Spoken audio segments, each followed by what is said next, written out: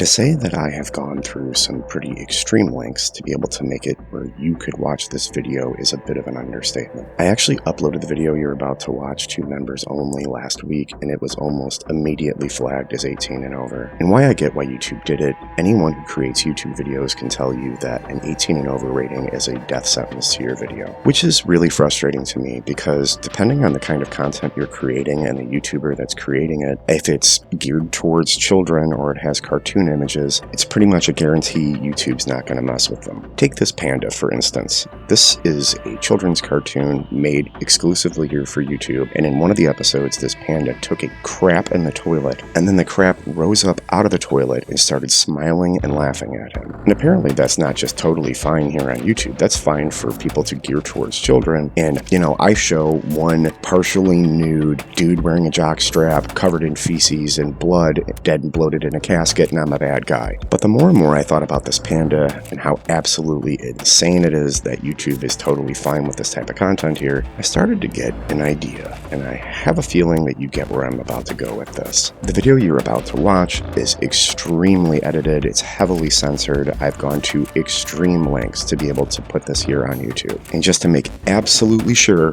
that I can get this video out, we're going to change up the theme of this channel just for this one video. So, allow me to introduce you to my new intro.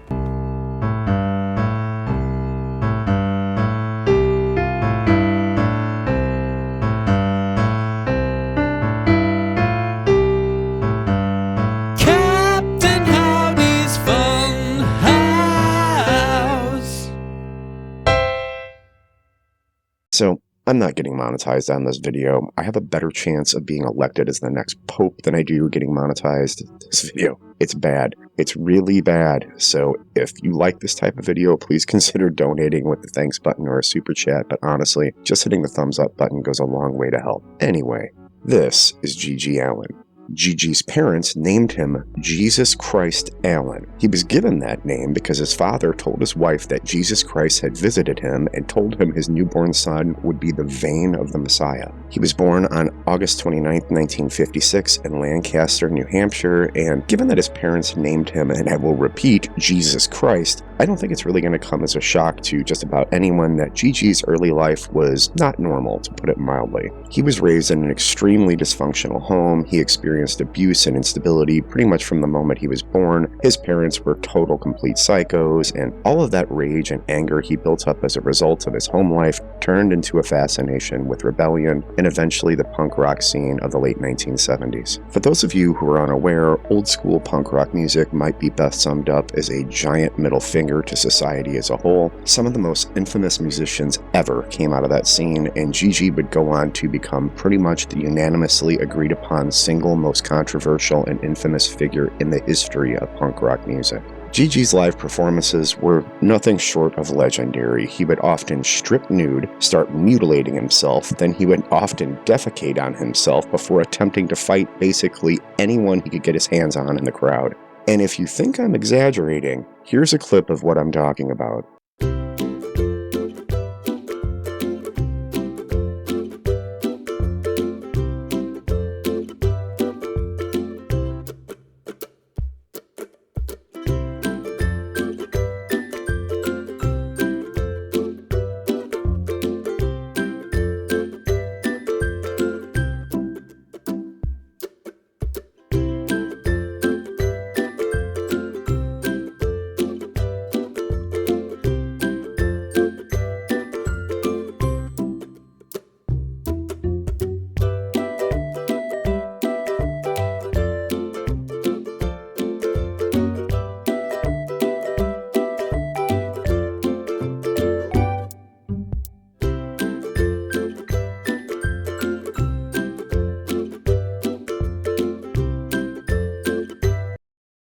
Gigi had some rather interesting song titles that I think really sum up just how insane he was. I can't read them all because, well, they're bad. They're really bad. But I'll do my best to read some of his tamer song titles so you get the idea. Oh man. Content warning. I rarely say that, but when I do, I think you guys know I mean it. These song titles are unbelievable. So if you're sensitive to this kind of thing, earmuffs. Anyway, I warned you.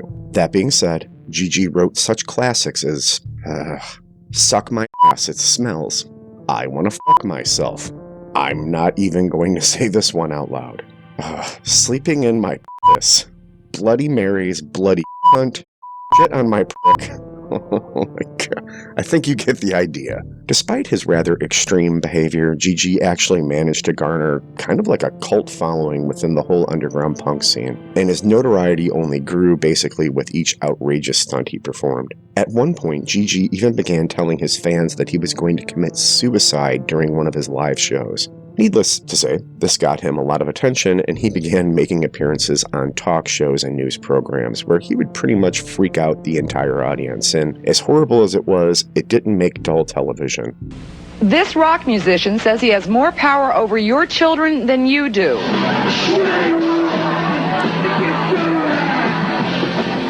have such a fierce, intense fire burning inside of me. It was so much that just wants to explode. GG Allin brags he's on his way to becoming the leader, the messiah for America's youth. He already claims to have 1 million followers. Wherever he goes, he plays to sell out crowds. And this is what they see: concerts filled with violence, bloodshed, and sexual assault. GG Allin wants to lead America's young people in a bloody revolution to take over the country. And he says nothing can be done to stop him. Why is that, GG? Nobody will stop me because I am the true underground messiah. When you come to my show, you're going to a war. And I'm out for violence, chaos, lawlessness all the way. I don't care about anybody or anything except for myself and my mission. And your kids out there, if you got kids out there, they're going to be my kids. I'm going to own those kids. They're going to do anything that I say. And why is that? Why do they do anything you say? Because I'm the king, and they can identify with me, because the real, true, nonconformist children in this country are sick and tired of their parents, their schools, their people force-feeding them what to do. I am the answer. When they listen to my lyrics and they listen to my songs, they're listening to the way that it really should be, and you know that, and I know that, so don't brain, because your kids are my kids. All right, I don't mean any disrespect here. I had never heard of you before we were going to do this show, okay? And I did a lot of reading about you, all right? Now, I want to know, is this, you seriously mean what you're saying? Absolutely. This is not an I've been doing this ever since I was a child. This is what you see is what you get. I do this, when I wake up tomorrow morning, I'll still smell the same way, I'll still look the same way. This is not a show, this is not an act. I am that guy. Now, do you honestly believe that you're a charismatic figure?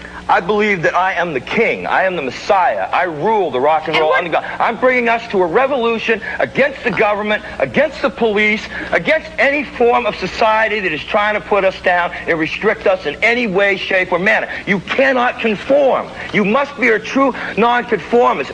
To hell with what your parents have to say. Okay. I am the man. Okay. All you have to do is listen to what I have to say. Okay, well, who told you were the messiah? I said I was. Okay. And I am, because these kids, I get letters from all over the world. People worship me. They come to my shows. I'm going to rape the girls. I might rape the guys. I might have sex. I want it all.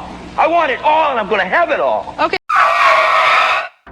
Yeah, so part of the problem that I was having here on YouTube, I believe, was this interview and the ending of the video. I'm going to leave a link in the description that actually shows this entire interview, but it's every bit as bad as you might imagine it is. I can't even talk about what this guy says he's going to do on this channel. I'll immediately get censored. So let's just move on.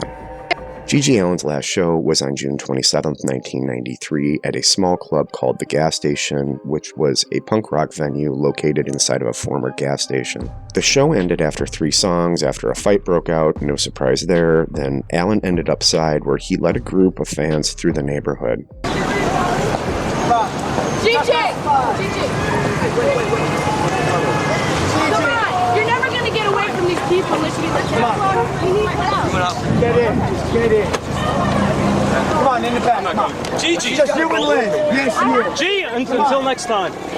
Well, fuck you, New York. Get out of here. Stop. It's Beatlemania. Why can't we get out of here? What the fuck are you doing?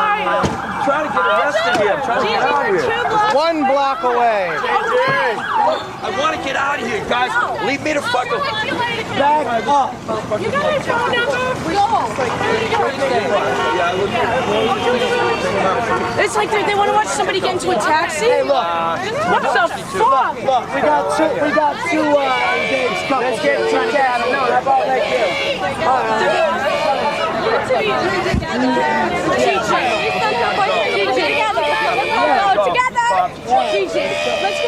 I want to go. And then we'll fucking leave. how's it feel to be more popular?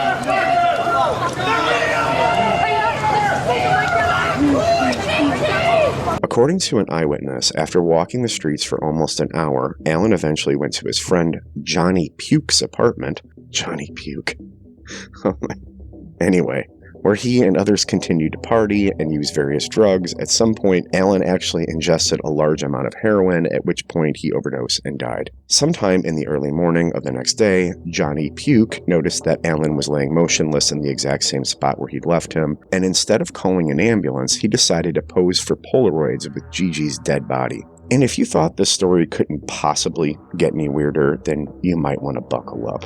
Because instead of embalming Gigi, they decided to just chuck his bloated corpse in a casket still covered in feces. He was only wearing a leather coat and a jock strap, at which point basically all of Gigi's friends turned the funeral into a punk rock party. And again, if you think I'm exaggerating, here's the real video of Gigi Allin's funeral.